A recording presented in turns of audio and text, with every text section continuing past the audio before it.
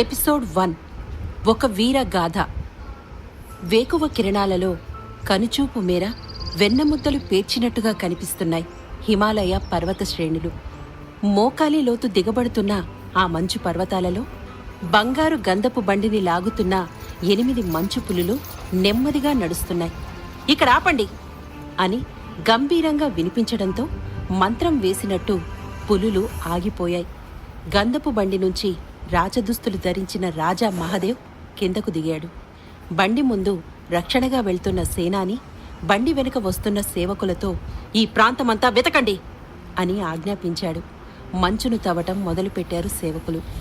ఎముకలు కొరికేస్తున్న చల్ల గాలిలో మంచు తగిలి ఒళ్ళు జివ్వుమంటుంది. అవేవీ పట్టించుకోకుండా పనిచేస్తున్న ఆ సేవకుల ముఖాలపై చెమట బిందువులు పేరుకున్నాయి. కొన్ని గంటల పాటు సాగింది ఈ ప్రక్రియ.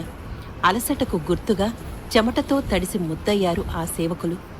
తవ్వి అలసిపోతున్నా కానీ వారు వెతుకుతున్నది దొరకడం లేదు. మరో చోట తవ్వండి అని ఆదేశించాడు సేనాని. తుంపరగా మొదలైన మంచు క్రమంగా దట్టమైన మంచు వర్షంగా మారిపోయింది. తెల్లని మంచులో కూరుకుపోతున్నా లెక్క చేయకుండా తవ్వుతున్నారు సేవకులు. సూర్యుడు మంచు కొండల్లో అస్తమించే సమయంలో ప్రభూ అని అరిచాడో సేవకుడు. గడ్డ కట్టించే చలిని లెక్క చేయకుండా సేవకులు చేస్తున్న పనిని తీక్షణంగా చూస్తున్న రాజా మహదేవ్ వడివడిగా అక్కడికి వెళ్ళాడు. మంచులో కూరుకుపోయిన శరీరాన్ని బయటకు తీశారు సేవకులు. మంచులో కప్పబడి ఉండటం వలన మృతదేహం చెక్కు చెదర్లేదు. మనిషిని గుర్తుపట్టలేకుండా ముఖం, మిగిలిన శరీర భాగాలు నలిగిపోయి ఉన్నాయి. ఆ భయంకర మృతదేహాన్ని చూడలేక సేవకులు, సైన్యం తలలు తిప్పుకున్నారు. రాజా మహదేవుకు ఆ మృతదేహం మెడలో ఉన్న చంద్రవంశ పతకం మెరుస్తూ కనిపించింది. 2 మోకాళ్ల మీద కూలబడిన మహదేవ్ ఆ పతకాన్ని చేతితో పట్టుకొని వీరా అని పర్వతాలు కదిలిపోయేలా అరిచాడు. మహదేవ్ అరుపు ఆ పర్వతాల్లో ప్రతిధ్వనించగానే ఆ ప్రాంతమంతా నిశ్శబ్దంగా మారిపోయింది. అప్పటి వరకు కురుస్తున్న మంచు వర్షం ఆగిపోయింది. ఆకాశంలో దట్టమైన నల్లని మేఘాలు కమ్ముకున్నాయి. వాతావరణం ఒక్కసారిగా ఉరుములు మెరుపులతో భయంకరంగా మారిపోయింది. వీరా అని గుండె లవిసేలా మరోసారి ఆక్రందన చేశాడు రాజా మహదేవ్. ఒరలోని కత్తిని విసురుగా లాగిన రాజా మహదేవ్ దానిని మంచులో గుచ్చి, త్రిశూల రాజ్య చక్రవర్తినైన రాజా మహదేవ్ వర్మను ప్రతిజ్ఞ చేస్తున్నాను. నా కొడుకును ఇంత దారుణంగా చంపిన వారు ఎవరైనా సరే కత్తికో కండగా నరికి ఆ రక్తంతో నా కత్తికి అభిషేకం చేస్తాను. నా కొడుకు చావుకు ప్రతీకారం తీర్చుకుంటాను అని శపథం చేశాడు. మహదేవ్ పక్కనే ఉన్న సేనాని తన కత్తిని నేలలో గుచ్చి, యువరాజా వారి చావుకు కారకులైన వాళ్ల తలలు తెగనరికి వీరాబాబు ఆత్మకు శాంతి చేకూరుస్తాను ప్రభు అని ఆవేశంగా చెప్పాడు. ఆ దృశ్యం చూస్తున్న వారందరిలో రోమాలు నిక్కపొడుచుకున్నాయి. ఆవేశం పొంగుకొచ్చింది. రక్తం పేరుకున్నట్టు ఎర్రగా ఉన్న మహదేవ్ కళ్లలోంచి వెచ్చటి కన్నీటి చుక్క జారి వీరా మృతదేహం మీద పడింది. కోపంలో కాలయముళ్లా ఉన్న మహదేవ్ను కన్నెత్తి చూడ్డానికి కూడా సైనికులకు ధైర్యం సరిపోలేదు. తలలు వంచుకొని వణికిపోతున్నారు. ప్రభు, యువరాజు గారిని తీసుకెళ్లటానికి ఏర్పాట్లు చేయమంటారా అని ధైర్యం చేసి అడిగాడు సేనాని. కొడుకు మీద నుంచి చూపు తిప్పకుండానే సరేనని తలూపాడు రాజా మహదేవ్. సేనాని ఆదేశంతో గంధపు బండిలో ఉన్న మంచు శవపేటికను కిందకు దించారు సేవకులు. వీరా శరీరాన్ని జాగ్రత్తగా అందులోకి చేర్చి మూత పెట్టారు. చాలా కాలం తర్వాత వేల కొద్దీ రాక్షసులు ఖడ్గకేతన రాజ్యంపై దండెత్తొచ్చారు. ఆ రాజ్యాన్ని పాలించే ఖడ్గపు చక్రవర్తి వారిని యుద్ధంలో ఓడించి 8 అరుదైన శక్తులు కలిసున్న తన పగడపు ఖడ్గంతో వారిని చంపేశాడు. చక్రవర్తి విజయోత్సాహంలో ఉండగా 3 సామంతరాజులు అతన్ని వెన్నుపోటు పొడిచి చంపేశారు. ఖడ్గపు చక్రవర్తి శరీరాన్ని 5 ముక్కలుగా చేసి 5 దైవిక ప్రాంతాల్లో ఖననం చేశారు. ఖడ్గపు చక్రవర్తి చనిపోగానే అతని మహాఖడ్గం మాయమైంది. తనని చంపిన శత్రువుల మీద పగ తీర్చుకోవడానికి ఆత్మలా మారిపోయాడు చక్రవర్తి. నన్ను చంపి నా శరీర భాగాలను నేను తాకలేని విధంగా చేశారు. ఈరోజు నాకు కావలసింది దొరికింది. ఇప్పుడు నన్నెవరాపుతారా? వదలను, ఎవ్వరిని వదిలిపెట్టను.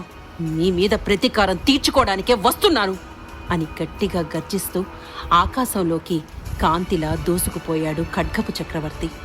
చిక్కని కాటుక వంపినట్టు కారు మేఘాలు కమ్ముకున్నట్టుంది ఆకాశం. అకస్మాత్తుగా 2 భారీ మేఘాలు ఢీకొని పిడుగు పడ్డట్టు ధడేల్మని పెద్ద ఉరుము ఉరిమింది. ఆ ఉరుముతో పాటుగా మెరిసిన మెరుపు నేరుగా వీర శవపేటిక మీద పడింది. పిడుగు శవపేటికను తాకడంతో భూకంపం వచ్చినట్టు భూమి వణికిపోయింది. క్షణంలో వేల మెరుపుల కాంతి ఒకే చోట చేరినట్టు శవపేటిక వింతగా ప్రకాశించింది. ఆ వెలుతురుని చూడలేక చేతులతో కళ్ళు కప్పుకున్నారు అందరూ. క్షణకాలం మాత్రమే ఉన్న ఆ మెరుపు వెలుగు క్రమంగా ఆ పెట్టెలో కలిసిపోయింది. ఆ వెలుగు తాకగానే లోపలున్న శవం చటుక్కున కళ్ళు తెరిచింది. ఎవ్వర్నీ వదలను, నన్ను చంపిన ఏ ఒక్కరిని వదిలిపెట్టను అని గర్జిస్తూ పైకి లేవటానికి ప్రయత్నించాడు ఖడ్గపు చక్రవర్తి. కానీ మంచులో గడ్డ కట్టుకుపోయిన శరీరం అతనికి ఏమాత్రం సహకరించలేదు. కళ్లతోనే చుట్టూ ఉన్న వాటిని చూసిన అతన్ని జ్ఞాపకాలు చుట్టుముట్టాయి. గత జన్మలో తనని హత్య చేయడం గుర్తుకు రాగానే చితికిపోయిన కళ్ళు కోపంతో ఎర్రగా మారిపోయాయి. ఎవ్వర్ని వదలను, వెన్నుపోటు పొడిచి నన్ను చంపగలిగారు, కానీ నా ఆత్మను చంపలేరు. నా శక్తుల్ని నా నుంచి దూరం చేయలేరు. మీ ముగ్గురు మీద ప్రతీకారం తీర్చుకోవడానికే 100 సంవత్సరాల తర్వాత మళ్ళీ వచ్చాను. ఏ ఒక్కరిని వదిలిపెట్టాను అని అరిచాడు అతను. అతని అరుపులు మంత్రబంధనం వేసుకున్న శవపేటికను దాటి బయటకు రాలేదు. తనను చంపిన వారిని ఆ క్షణంలోనే చంపేయాలన్నంత ఆవేశం తన్నుకొచ్చింది. కాని తనున్నది కాళ్ళు చేతులు చచ్చుబడిపోయిన శరీరంలో అని తెలిసిన అతను నిస్సత్తువుగా అయిపోయాడు. తాను చేరిన శరీరపు జ్ఞాపకాలను నెమ్మదిగా ఆవాహన చేసుకున్నాడు ఖడ్గపు చక్రవర్తి. ఓ వీరా, నువ్వు చంద్రవంశ యువరాజువా? ఎదురుగా నిలబడి పోరాడలేని దద్దమ్మలు నిన్ను కూడా వెన్నుపోటు పొడిచి చంపేశారా? ఇకపై నీ శరీరమే కాదు, నీ బాధ కూడా నాది, నీ పగ ప్రతీకారం కూడా నావే. మనల్ని ఎవరూ విడదీయలేరు. ఇక నుంచి నేనే వీరాని. నిన్ను ఊచకోత కోసిన వారికి ప్రత్యక్ష నరకం చూపిస్తాను. దేహం నీది, ఆత్మ నాది. మన శత్రువుల గుండెల్లో వణుకు పుట్టిస్తాను అని కసిగా అనుకున్నాడు ఖడ్గపు చక్రవర్తి. మిన్ను విరిగి నేల మీద పడిందా అన్నట్టు బోరున వాన మొదలైంది. మెరుపు వెలుగుకు బైర్లు కమ్మిన కళ్ళు మామూలుగా అయ్యాక నెమ్మదిగా కళ్ళు తెరిచి చూశాడు మహాదేవ్. అసలు అక్కడేం జరిగిందో అతనికి అర్థం కాలేదు. కొడుకు శవపేటిక మీద పిడుగు పడినా అది చెక్కు చెదరకపోవడంతో దిగ్భ్రాంతికి గురయ్యాడు. సేనాని మిగిలిన వారిది కూడా అదే పరిస్థితి. ముందుగా తేరుకున్న మహాదేవ్, నా కొడుకు చావుకు ఆ దేవతలందరూ కూడా ఆక్రోశిస్తున్నారు. శత్రువులందరి అంతు చూసే రోజు అతి త్వరలోనే వస్తుంది అని గట్టిగా గర్జించాడు. మహాదేవ్ అరుపులో తమ గొంతుల్ని కూడా కలిపి అరిచారు మిగిలిన వారందరూ. తుఫాను ముంచుకు రాబోతోంది. త్వరగా ఇక్కడి నుంచి వెళ్ళకపోతే ఇక్కడే చిక్కుకుపోతాం. త్వరగా కదలండి అని సేవకులతో చెప్పాడు సేనాని. శవపేటికను తిరిగి గంధపు బండిలోకి చేర్చబోయారు సేవకులు. అది ఇంతకు ముందులా తేలికగా లేకుండా విపరీతమైన బరువుగా ఉంది. వస్తాదులను పోలి ఉన్న వాళ్లు కూడా ఆ బరువు మోయలేకపోయారు. చేతుల్లోంచి జారి కింద పడింది శవపేటిక. ఆకాశం బద్దలైపోతున్నట్టు మరో పెద్ద పిడుగు దగ్గరలో పడింది. శవం దొరికిన దగ్గర్నుంచి క్షణక్షణానికి భీకరంగా మారుతున్న వాతావరణం అక్కడి వారందరి గుండెల్లో గుబుల్ను పుట్టిస్తోంది. అయినా మహారాజుకు ఎదురు చెప్పే ధైర్యం వారికి లేకపోయింది. గుండె చిక్కబట్టుకొని అతి కష్టం మీద శవపేటికను గంధపు బండిలోకి చేర్చారు సేవకులు. రాజా మహాదేవ్ తన బండిలో కూర్చున్నాడు. సేనాని ఆజ్ఞ ఇవ్వగానే కొండపోతగా కురుస్తున్న వర్షాన్ని కూడా లెక్క చేయకుండా ముందుకు కదిలాయి బండిని లాగుతున్న 8 పులులు. శరీరం సహకరించకపోతే అందులో చేరిన ఆత్మ ఎంత శక్తివంతమైందైనా ఉపయోగం ఉండదని ఖడ్గపు చక్రవర్తికి బాగా తెలుసు. తనలోని శక్తులను గుర్తుకు తెచ్చుకున్నాడతను. చిత్రపురి దేశంలో శక్తులకు ప్రామాణికంగా 5 స్థాయిలుంటాయి. ఒక్కో స్థాయిలో 9 దశలుంటాయి. మొదటి స్థాయిలోని 9 దశలు మానవ శరీరంలోని నాడీ వ్యవస్థ, రక్త నాణాలకు అనుగుణంగా ఉంటాయి. ఒక వ్యక్తి 9 దశలు పూర్తి చేసుకుంటేనే 2వ స్థాయికి చేరుకుంటాడు. అతని మానసిక శక్తులు మరింత శక్తివంతం అవుతాయి. సాధకుడు ఎంతో కఠినమైన సాధన ద్వారా మాత్రమే వీటిని సాధించగలుగుతాడు. వీర ఎంతో కఠినంగా సాధన చేసి మొదటి 2 స్థాయిలు దాటి 3వ స్థాయిలో ఉన్నాడు. తనకున్న 1000 స్థాయిల శక్తిని తట్టుకోగల శక్తి వీరాకు లేదని ఖడ్గపు చక్రవర్తికి అర్థమైంది. వీరా, నీ శరీరాన్ని నాశనం చేసిన వాణ్ణి చిత్రవధ చేస్తాను. ఎటూ కదల్లేని శరీరంలో జీవితాంతం నేను అవిటి వాళ్ళ ఉండిపోతే ఎలా ప్రతీకారం తీర్చుకోగలను? ఎలా నీ శరీరాన్ని బాగు చెయ్యాలి? నా దగ్గర శక్తులు ఉన్నా వాటిని సరిగ్గా ఉపయోగించే పరిస్థితులు లేవు. తక్షణమే స్థాయిని పెంచే దివ్యౌషధ మాత్రలు కూడా నా దగ్గర లేవు. నీ స్థాయిని పెంచకపోతే నా శక్తుల్ని ప్రయోగించలేను. ఎలా ఈ సమస్య నుంచి బయటపడాలి? నా పగడపు ఖడ్గాన్ని ఎలా వెతకాలి అని దీర్ఘంగా ఆలోచిస్తున్నాడు ఖడ్గపు చక్రవర్తి. అతను ఆలోచనల్లో ఉండగానే అతని చూపు తనను ఉంచిన శవపేటిక మీద పడింది. అది మంచుతో చేసిన శవపేటిక కావడంతో తెల్లగా మెరుస్తూ కనిపిస్తోంది. దానిని చూడగానే ఖడ్గపు చక్రవర్తి కళ్ళల్లో మెరుపు వచ్చింది. శవపేటికను తయారు చేసింది మంచుతోనే అయినా అది మామూలు మంచుతో కాదు. కైలాస పర్వత శ్రేణుల్లో 1000 సంవత్సరాలుగా గడ్డ కట్టుకుపోయిన మంచు అది. ఆ పర్వతాల్లో మాత్రమే దొరికే అరుదైన దివ్యౌషధ మొక్కల్లోని శక్తి ఆ మంచులో నిక్షిప్తమై కనిపించింది. ఆ శక్తిని చూడగానే ఖడ్గపు చక్రవర్తికి ఉత్సాహం వచ్చింది. వీరా, నీ శరీరాన్ని తిరిగి బాగు చేసేందుకు నాకు దారి దొరికింది. అతి త్వరలోనే నీ రూపం బయట ప్రపంచంలో అడుగు పెట్టబోతోంది. సిద్ధంగా ఉండు అని చెప్పి సాధనలో మునిగిపోయాడు ఖడ్గపు చక్రవర్తి. హిమాలయ పర్వత శ్రేణుల నుంచి బయటకు వచ్చిన రాజా మహాదేవ్, మిగిలిన రక్షకులు త్రిశూల రాజ్యం వైపు సాగుతున్నారు. క్షణానికో పిడుగు పడుతున్నట్టు ఆకాశం భీకరంగా గర్జిస్తోంది. విసిరి కొడుతున్న ఈదురు గాలిలో కష్టంగా నడుస్తున్నాయి 8 పులులు. ప్రాంతం మారినా వాతావరణంలో ఎటువంటి మార్పు లేకపోవడంతో సేనానిలో ఆందోళన మొదలైంది. ప్రభు, వాతావరణం చూస్తుంటే నాకెందుకో అనుమానంగా ఉంది. శత్రువులు దారిలో దాడికి పాల్పడతారని మనసు కీడు శంకిస్తోంది అని తనలో కలిగిన అనుమానం చెప్పాడు సేనాని. నిజంగా వస్తారా? వస్తే రానివ్వు. వాళ్లకి ఇదే ఆఖరి రోజవుతుంది. ఏ ఒక్కడు నా నుంచి తప్పించుకుపోలేడు. నా కొడుకును సమాధి చేసే ముందు శత్రువులను సమాధి చేస్తాను. అందరూ సిద్ధంగా ఉండండి అని పౌరుషంగా చెప్పాడు రాజా మహాదేవ్. మహాదేవ్ నిర్ణయం నచ్చినట్టు సేనాని గుండె పౌరుషంతో పొంగిపోయింది. ఎవరు అడ్డొచ్చినా మీరు ఆగద్దు. ఎదురు తిరిగితే తలలు నరికేయండి అని తన సైన్యానికి చెప్పి ముందుకు నడిచాడు. దశలను పెంచుకుపోవడానికి సాధనలో నిమగ్నమైన ఖడ్గపు చక్రవర్తి ఒక్కసారిగా కళ్ళు తెరిచాడు. 8 అరుదైన శక్తులు కలిసున్న పగడపు ఖడ్గం తన ఆత్మలోనే కలిసుండటం చక్రవర్తికి కనిపించింది.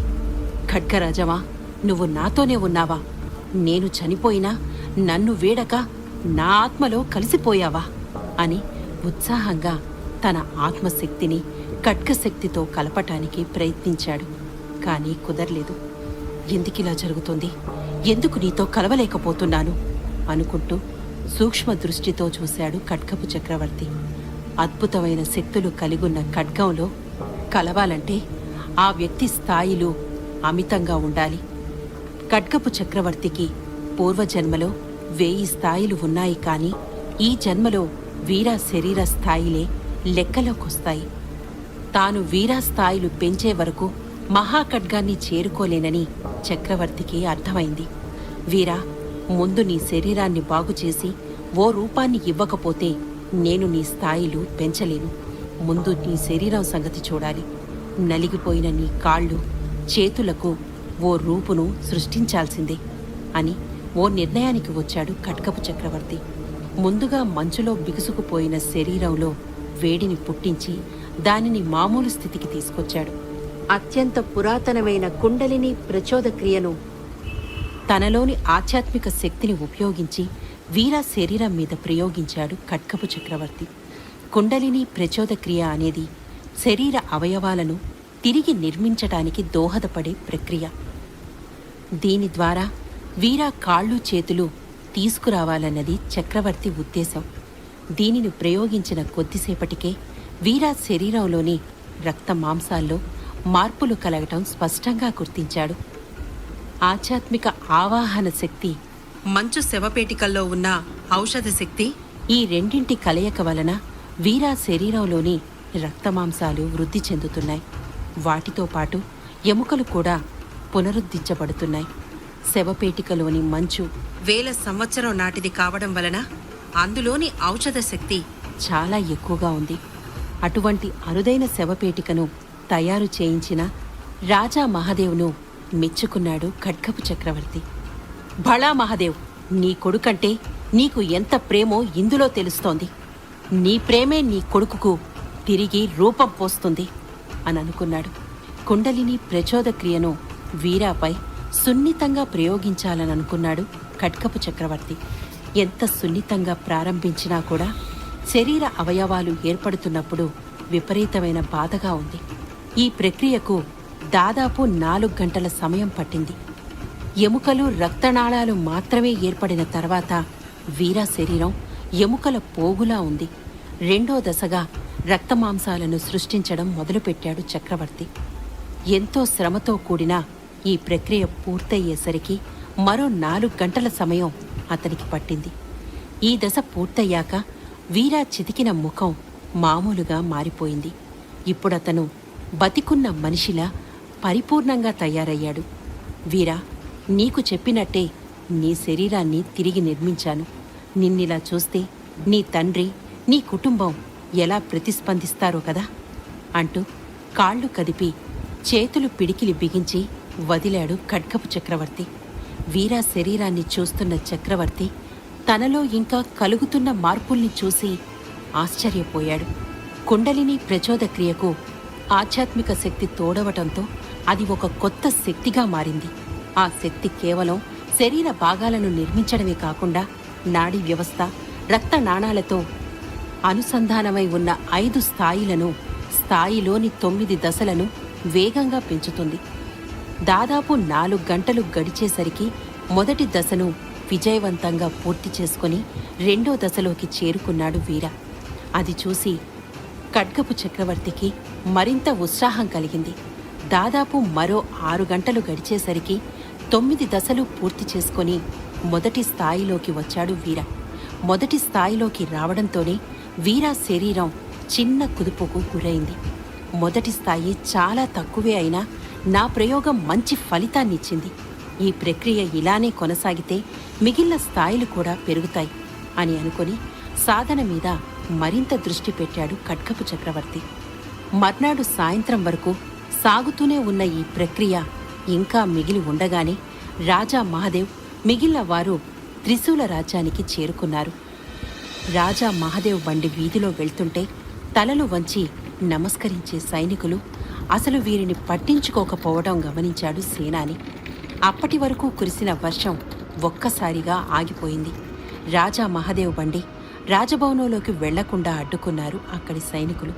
చంద్రవంశ యువరాజు చనిపోయినందుకు దిగులుగా ఉండాల్సిన వారు మామూలుగా ఉన్నారు. అది చూసిన రాజా మహాదేవ్ కనుబొమలు ముడిపడ్డాయి. 4 వైపుల నుంచి రాజా మహాదేవ్ను, అతని మనుషులను ఆయుధాలతో చుట్టుముట్టారు.